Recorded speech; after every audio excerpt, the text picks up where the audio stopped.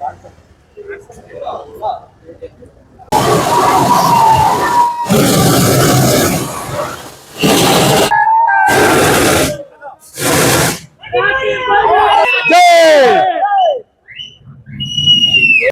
Toxic movie release, first day first show, Kannada cinema ನೋಡಿ ಅಂತ ಹೇಳಿ ನಮ್ಮ ಪುನೀತನ ಹೇಳ್ತಾ ಇದ್ರು. ಅದೇ ತರ ಇವತ್ತು ಟಾಕ್ಸಿಕ್ ಫಿಲಮ್ ಫಸ್ಟ್ ಟೈಮ್ 4 ವರ್ಷ ಆದ್ಮೇಲೆ ಬೈ ಅವರು KGF 2 ಆದ್ಮೇಲೆ ತುಂಬಾ ಟೈಮ್ ತಗೊಂಡು ಮಾಡಿರೋದಂತ ಸಿನಿಮಾ ಟಾಕ್ಸಿಕ್. ಆಲ್ರೆಡಿ ಎಲ್ಲ ಪೂಜೆ ಎಲ್ಲ ಮಾಡಿದಾರೆ. ಇಲ್ಲಿ ಫಸ್ಟ್ ಡೇ ಫಸ್ಟ್ ಶೋ ಬಂದಿದೀವಿ. ಎಲ್ಲ ಫ್ಯಾನ್ಸ್ ಎಲ್ಲ ಆಲ್ರೆಡಿ ಎಲ್ಲ ಫುಲ್ ಡೆಕೋರೇಷನ್ ಎಲ್ಲ ಮಾಡಿ ಫುಲ್ ಹಬ್ಬ ಮಾಡ್ತಾ ಇದಾರೆ. ನಮಸ್ತೆ. ಫಿಲಮ್ KGF 2 ಆದ್ಮೇಲೆ 4 ವರ್ಷ ವೆಯ್ಟ್ ಮಾಡಿ ಬಂದಿದೀವಿ. ಈ ಸಿನಿಮಾ ಬಗ್ಗೆ ಎಷ್ಟು ಬಗ್ಗೆ ನಿಮ್ಗೆ ಏನ್ ಅನ್ಸುತ್ತೆ ಅಣ್ಣ?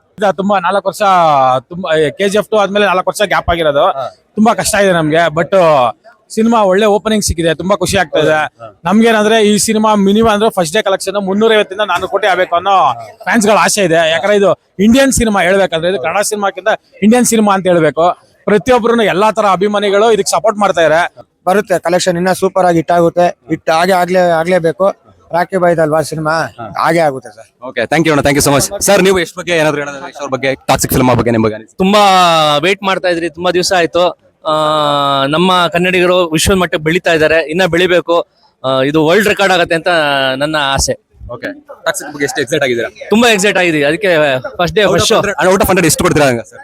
ಎಷ್ಟು ಎಕ್ಸ್ಪೆಕ್ಟ್ ಮಾಡ್ತೀರಾ? 100ಗೆ ಲಿಮಿಟ್ ಮಾಡಕ್ಕಾಗಲ್ಲ. ಲಿಮಿಟ್ಲೆಸ್ ಟಾಕ್ಸಿಕ್ ಇದು.